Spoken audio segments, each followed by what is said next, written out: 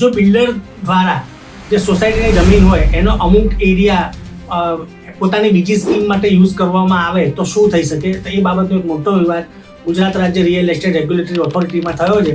અને આ બાબતમાં સોસાયટીના રહીશોએ બિલ્ડર સામે રેરામાં પિટિશન કરી છે અને રેરાના ચેરપર્સન અને 2 ન્યાયાધીશો એ 3 જણની ખંડપીઠે ગંભીરતાને ધ્યાનમાં રાખી અને એ જે બિલ્ડિંગ છે એમાં કોઈ પણ જાતની થર્ડ પાર્ટી વેચાણ કરવા, બાનાખત કરવા, માર્કેટિંગ કરવા નો સ્ટે આપી દીધો છે. એટલું જ નહીં, પણ જે આ હુકમની નકલ છે સબ રજિસ્ટ્રાર અને આ જે બેંકનું જે બેંક એપ્રુવ પ્રોજેક્ટ છે તે બેંકને પણ આ પત્ર મોકલી દીધો છે. અમદાવાદ મ્યુનિસિપલ કોર્પોરેશનને પણ આ ઓર્ડરની નકલ મોકલી દીધી છે કે ભાઈ આ પ્રોજેક્ટમાં હાલ પૂરતું કોઈ પણ જાતનું બુકિંગ કે માર્કેટિંગ કશું બુકિંગ કરવાનું છે નહીં. એટલે વાત જાણે એમ છે કે અમદાવાદમાં એક પ્રોજેક્ટ આવેલો છે એલિઝાબેથ ટાઉન હોલની બાજુમાં 22 માળથી વધુનો પ્રોજેક્ટ છે અને એક પ્રોજેક્ટ બની ગયો.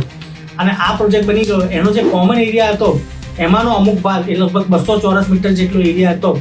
એ એરિયા બિલ્ડર એની બાજુમાં જ બીજી એક સ્કીમ મૂકી અને બીજી સ્કીમમાં એ ભાગ કોમન પ્લોટમાં બતાડી દીધો.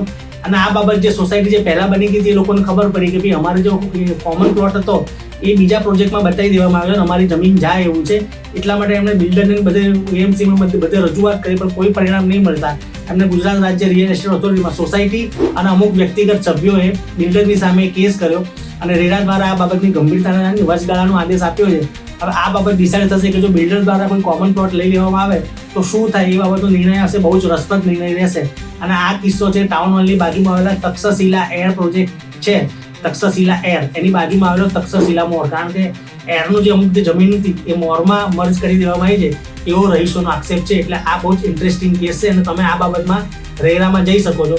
વડોદરામાં પણ એક અદ્વૈત ગ્રીન્સ નામની સ્કીમ છે, એમાં પણ આ જ પ્રકારનું થયું હતું. એમાં પણ રેરાએ રહીશોને રાહત આપી હતી. પરંતુ આ જે તક્ષશિલાનું ફાઇનલ કેસમાં શું થાય છે એ જોવું રહ્યું.